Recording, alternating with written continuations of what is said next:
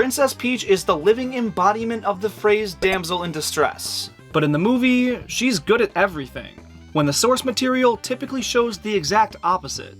That's not always the case though. So today, we're gonna look at Peach's character in every Mario game, and rank her from worthless to elite.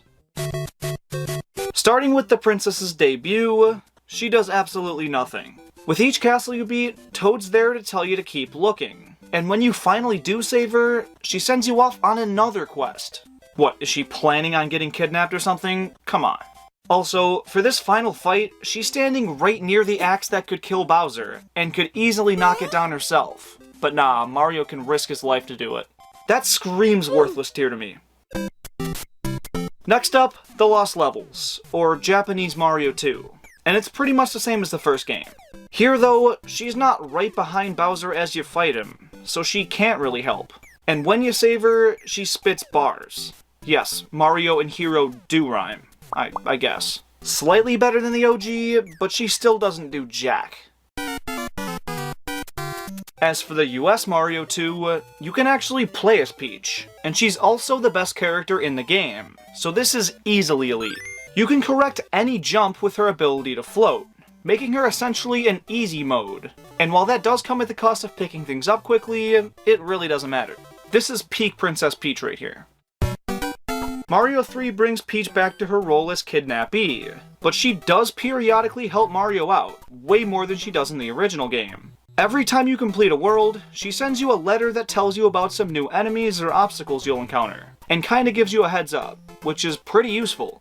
But she also includes an OP item that can really come in handy, especially later in the game when you just can't beat a level.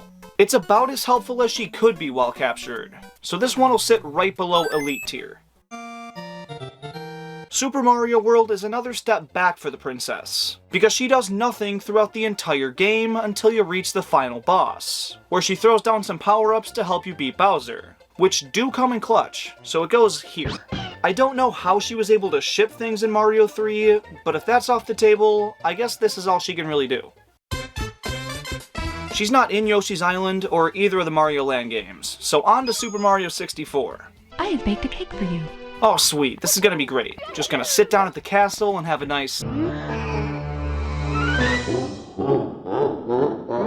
Of f***ing course. She's captured and doesn't do much of anything. But there is a memo left in the secret slide room that explains the objective of the game, and another in the first Bowser level that tells you how to beat him. But those things are pretty self-explanatory. Still though, it's more than we've gotten in other games, so what goes in barely does anything tier. And same goes for Mario 64 DS. Super Mario Sunshine. A game where Peach pretends to be more helpful than normal, but it doesn't amount to anything. She figures out something sketchy is going on before anybody else, but that doesn't help the situation. And she tries to stand up for Mario in the courtroom, but is shot down immediately. This game kinda just paints her as incompetent. She's just carried around by Shadow Mario, and Mario has to chase him down to free her. And later on, when she's actually kidnapped, she just stands around. She could easily hop down from the Bowser mech and use her umbrella to land safely. She does it later in the game. But no, she chooses to stay kidnapped here. I guess the plane they traveled on was hers, so thanks. And the credits show that she caught a giant fish, which is impressive. But overall, her efforts to actually help Mario are all in vain. So this has gotta go in worthless tier. And speaking of worthless tier, right at the start of the game, she's yoinked by Bowser Jr., can't fight off the Tiny Koopa, and does nothing to help the entire time. I expected better from her. Mario Galaxy. Good old Mario Galaxy. One of my favorite games of all time, and one of the most grand-feeling Mario plots ever. At its core though, it's the same as usual. Peach is kidnapped and you have to save her. But like Mario 3, she's able to send letters from Bowser's captivity, and attached to those are typically some 1-up mushrooms, which are really handy in a game that doesn't save your life count.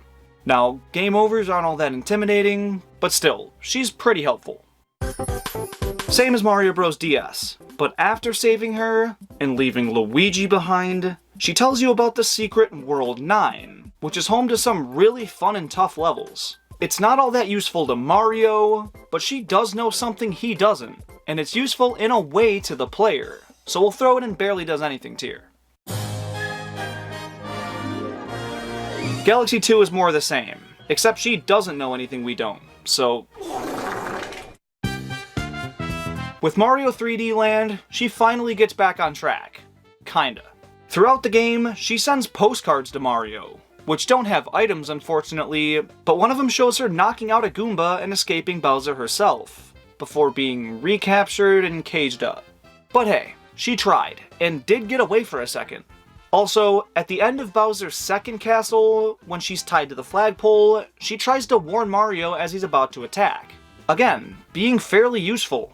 I think she earns a comes in clutch for this one, since she does try to have Mario's back, and didn't just kick her feet up and relax in Bowser's castle while waiting to be rescued. The Koopalings kidnap her and Mario has to do everything by himself. Same thing as the last game, but I do want to clarify, Peachette is not Peach. It's a form of Toadette, so her being the best character in the game doesn't do anything for Peach. Finally, we're back to a game where Peach is playable, and once more, she's the best character in the game.